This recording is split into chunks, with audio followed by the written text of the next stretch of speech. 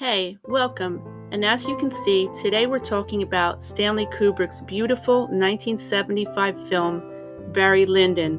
Why? Well, in a few days it's Valentine's Day, and I thought I should do a video about love. In this case, the love is between our main character, Redmond Barry, and Lady Lyndon. Unfortunately, this is kind of a toxic love story. First, a little background on Barry Lyndon. Released in 1975, this film was written, directed, and produced by Stanley Kubrick. The film was rather famous for using lenses developed by NASA for the moon landings, which allowed the cameraman to shoot some of the scenes by candlelight only. It's a spectacularly beautiful film. You often feel like you're looking at a painting, and in fact, painters like Gainsborough were used as inspiration. And this film did actually win Oscars for cinematography and art direction. Although Barry actually first sees Lady Lyndon at a spa, the first time he actually meets her is at one of his card games, at which he had been making a living.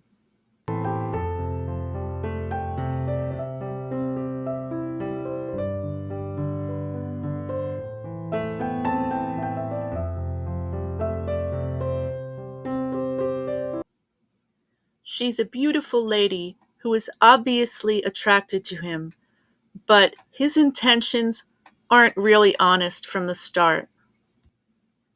She's a lady who is probably lonely and a bit vulnerable, and she's married to a much older man who is sick.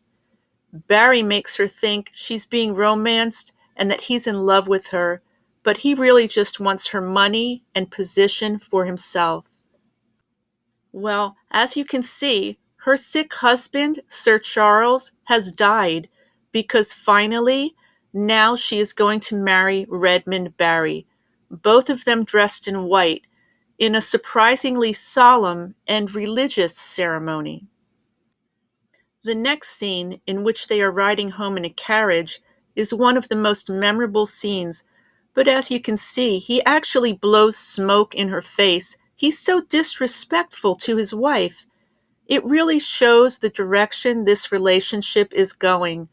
I think his actions here shows his disrespect for her and conventional manners in general.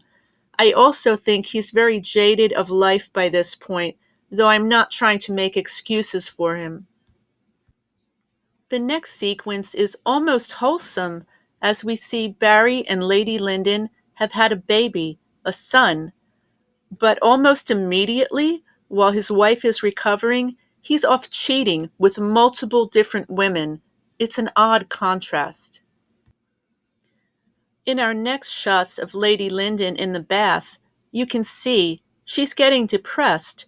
In fact, with that blank stare, it looks like she is disassociating, shutting down, withdrawn, at which point Barry actually walks in and apologizes. Sadly, this is looking like a classic dysfunctional relationship where one partner is abusive or neglectful or constantly lying and cheating, but every once in a while they apologize and promise not to do it again. But of course they do. She forgives him because she loves him, and they have a child. There are some scenes of happy family life here and there, such as this birthday party, and Barry does seem to love his young son Brian, but he also has a toxic relationship with his stepson, Lord Bullingdon, who at one point he literally tries to kill. After this shocking attack of his stepson, he is basically frozen out of polite society. All the bills come due. And if his treatment of his wife wasn't already bad enough, now she is left to pay all his bad debts. Of course, he's been living off her this entire time, so there's also the financial exploitation in addition to everything else. When we next see Lady Lyndon crying and distraught, it's obvious that her mind has finally broken after years of isolation at the hands of Barry. and she actually tries to poison herself, but survives. It's pretty clear when we reach this point of the story that this relationship is really near the end. Something's got to give. And she, in fact, never sees him again, as after he loses a duel, an actual gun battle fought against her son, Lord Bullingdon, Barry ends up losing a leg. He loses everything, in fact, as Lord Bullingdon offers him money, a yearly allowance, to get out of town, to stay away, basically, and leave England, and never come back. You might think Lady Lyndon is at last finally free of Redmond Barry and all the years of his abuse and neglect, cheating, drinking, gambling, and spending her money. But unfortunately, once a year, she's reminded of him yet again when she has to sign the check for his yearly allowance. So he's still living off her. It's like his presence is still there, hanging around her memories. At one point, I had to ask myself, why does he start treating her so badly? She's beautiful and elegant, and they seem to be living in this grand castle. It's so beautiful. They're living a comfortable life, and yet he treats her with such disrespect. Why? I think the answer can be found at the beginning of the film, when we see Redmond Barry so shy and honorable, he can't even touch a girl's breasts after she clearly gives him permission to.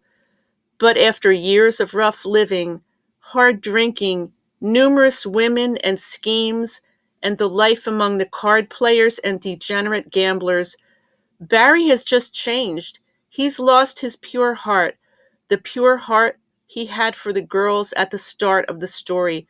Now he's jaded, a hard-bitten roué, a French word that means a man who's lived a life of debauchery, because of course the French have a word for this. Well, that's my video for Valentine's Day on the toxic love of Barry Lyndon. Hope you liked it. I'm definitely working on a few new things for next time as well. As always, thank you for spending time with me, and happy Valentine's Day.